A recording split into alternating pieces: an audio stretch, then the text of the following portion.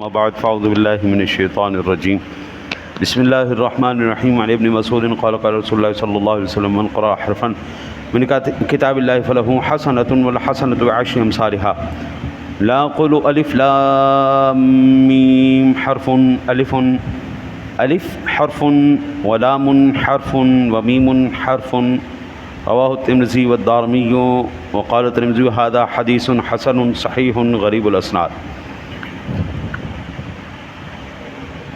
حضرت ابن مسعود رضی اللہ تعالیٰ عنہ سے روایت ہے، وہ فرماتے ہیں کہ رسول اللہ صلی اللہ علیہ وسلم نے ارشاد فرمایا جو کتاب اللہ یعنی قرآن کریم کا ایک حرف پڑھے تو اسے ایک نیکی اور ایک کا 10 گنا ثواب عطا فرمایا جائے گا۔ آقا جی فرماتے میں نہیں کہتا کہ الف لام میم ایک حرف ہے، بلکہ الف ایک حرف ہے، لام ایک حرف ہے اور میم ایک حرف ہے۔ اس کو امام ترمذی نے، امام دارمی نے نقل کیا۔ امام ترمذی نے فرمایا یہ حدیث اسناد سے حسن بھی ہے، صحیح بھی ہے اور غریب بھی۔ پہلی بات، یہاں حرف سے مراد وہ حروف ہیں جو حروف مفردات ہیں یا حروف مقطعات ہیں، یعنی جو آپ قرآن پاک میں پڑھتے ہیں نا، جو بعض صورتوں کی ابتدا میں آتے ہیں الف لام میم، الف لام میم صاد کاف ہا یا عین صاد قاف نون، یہ سارے حروف مقطعات، ان میں سے چند صورتیں ابتدا ہو رہی ہیں، اس سے مراد ہے۔ دوسری، اب یہ جو حروف ہیں خاص یہ مفرد حروف، آقا جی ارشاد فرماتے ہیں کہ الف لام میم یہ ایک حرف نہیں، مقطعات ہیں نا جی، تو ہر ایک حرف وہ پورا لفظ ہے، تو اب اس کے ایک ایک کے بدلے اللہ وحدہ لا شریک اس کا 10 گنا ثواب عطا فرمائے گا۔ جس کی مثال خود کریم آقا جی علیہ الصلوۃ والسلام نے ارشاد فرمائی کہ میں یہ نہیں کہتا کہ الف لام میم ایک حرف ہے، بلکہ الف ایک ہے، لام ایک ہے، میم ایک ہے۔ یہ حضور نے خود جو ہے اس کی تشریح فرما دی۔ پھر ایک بات یہ، قرآن کریم میں لفظ اللہ پڑھنے پر 40 نیکیاں ملیں گی۔ الف 2 لام اور ہا، الف ہے 2 لام ہیں اور ہا ہے، 4 لفظ ہوئے، اور ہر لفظ کے بدلے 10 نیکیاں ہیں، تو اس بندے کو کتنی ملی؟ 4 حرفوں کے بدلے 40 نیکیاں عطا کی گئیں۔ اور پھر یہ بڑی اہم بات ہے، قرآن پاک کے اندر تو ابلیس کا نام بھی ہے، ابو لہب کا نام بھی ہے، شیطان کا نام بھی ہے، جہنم بھی ہے، خنزیر بھی ہے، یہ الفاظ بھی موجود ہیں، تو کیا ان پر بھی ثواب ملے گا؟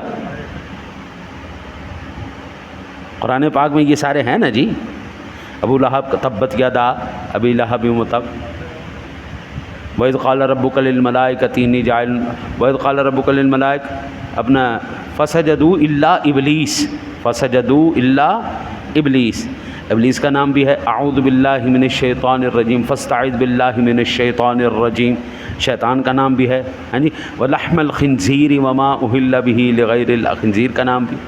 تو کیا ان پر بھی اللہ ثواب عطا فرمائے گا؟ تو جواب اس کا ہے جی ہاں، یہ قرآن کا حصہ ہے، ان ناموں کو پڑھنے پر بھی اللہ اس کا اجر عطا فرمائے گا، قرآن کا حصہ ہے نا، تو ان پر بھی اللہ وحدہ لا شریک۔ ہاں، یہ جو ذکر کیا گیا قرآن میں یہ لفظ اور ان کے ترجمے برے نہیں، بلکہ ان کے مصداق خبیث ہیں، ترجمے برے نہیں ہیں، ان کے مصداق خبیث ہیں، تو لہذا لفظوں کے اندر کوئی جو ہے وہ کوتاہی یا کمی نہیں ہے۔ میرے رب کا کلام ہے، میرے رب کے کلام کے اندر عیب کیسے ہو سکتا ہے؟ پہلا جو ہے نا جی، ابتدا میں ہی اللہ نے کہا الف لام میم ذالک الکتاب لا ریب فیہ۔ جب اللہ وحدہ لا شریک نے خود اس کی تصریح کر دی ہوئی ہے، تو پھر بابا ہم یہ کہہ سکتے ہیں نام اور ترجمے میں کوئی غلط بات ہے؟ ان کے مصداق غلط ہے، وہ لوگ شیطان غلط ہے، خنزیر یہ پلیت ہے. ہاں جی اچھا یہ تحقیق مد نظر رکھی جائے, خیال رکھی جائے. اور اس کا جو ہمیں یہ جو 1 کا 10 گنا ہمیں اجر ملے گا, اس کا بھی قرآن نے خود بیان کا. من جاء بالحسنۃ فلہ 10 امثالھا, جو 1 نیکی لائے اس کے لیے اس جیسی 10 نیکیاں ہیں. اب یہ قرآن پاک یاد رکھیے, قرآن پاک کی تفسیر سب سے افضل اور اعلیٰ وہ ہے جو قرآن کے بعض حصے کی تفسیر قرآن کا بعض حصہ خود کرے. مثلا ایک مثال کے طور پہ ہم ہر روز نماز کے اندر پڑھتے ہیں اہدنا الصراط المستقیم صراط الذین انعمت علیہم, صراط الذین انعمت علیہم, ان لوگوں کا راستہ جن پر تو نے انعام فرمایا. اب ہم سب سے پہلے قرآن میں دیکھیں گے کہ یہ جو اللہ تعالیٰ نے انعام یافتہ لوگوں کا ذکر فرمایا ہے, ان کی تفسیر قرآن پاک میں کہیں موجود ہے یا نہیں ہے. تو قرآن پاک کی تفسیر اس کی موجود ہے, اولئک الذین انعم اللہ علیہم من النبیین والصدیقین والشہداء والصالحین وحسن اولئک رفیقا. انعام یافتہ لوگوں کی لسٹ از خود قرآن نے بیان کر دی.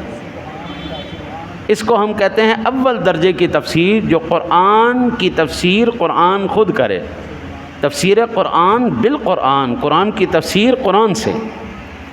دوسرے نمبر کی دوسرے درجے کی تفسیر جو ہے وہ تفسیر قرآن بالحدیث ہے, جو حدیث مبارکہ میں رسول اکرم صلی اللہ علیہ وسلم نے ارشاد فرمایا.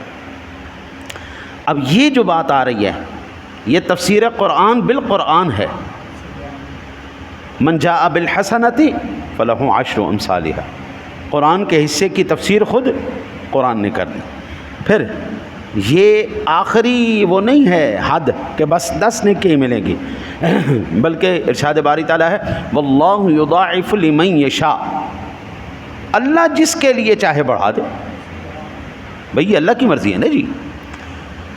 آپ میری مسجد میں آ کے نماز پڑھتے ہیں, یہ اس علاقے کی جامع مسجد ہے, آپ کو اس مسجد میں ایک جماعت کے بدلے 27 جماعتوں کا ثواب مل رہا ہے. عام مسجدوں میں پڑھنے کے بنسبت آپ کو 250 سے 500 گنا جمعہ کا ثواب اس مسجد میں ملتا ہے. یہی آپ کو اللہ تعالیٰ مدینہ شریف لے جائے تو ایک نماز کے بدلے اللہ تعالیٰ آپ کو 50,000 نمازوں کا ثواب عطا فرمائے گا.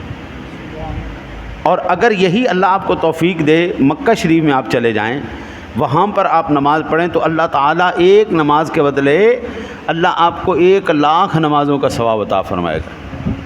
یہی آپ کو اللہ توفیق عطا فرمائے مسجد اقصیٰ میں چلے جائیں تو وہاں پر 25,000 نمازوں کا ثواب آپ کو ملے گا.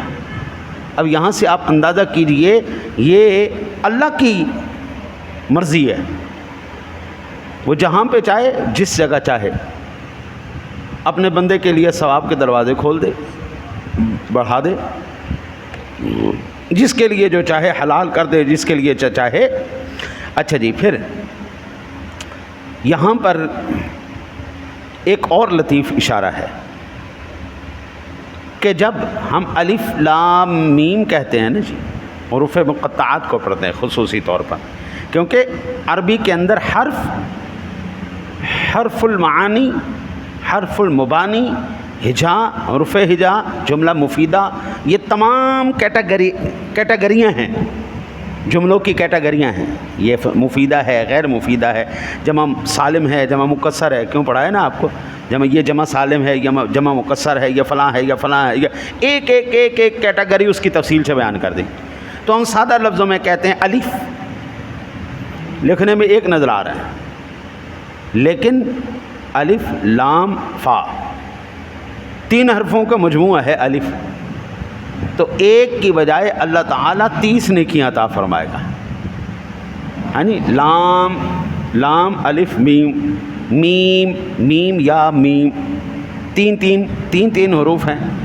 تو اگر ایک کے 10 گنا ہے تو 3 کا کتنا ہو گیا 30 گنا, اور یہ کم از کم ہے.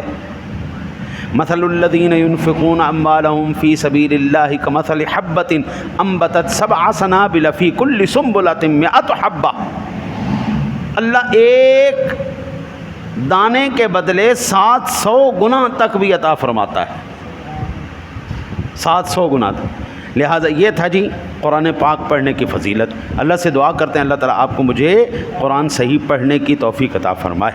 اللہم صلی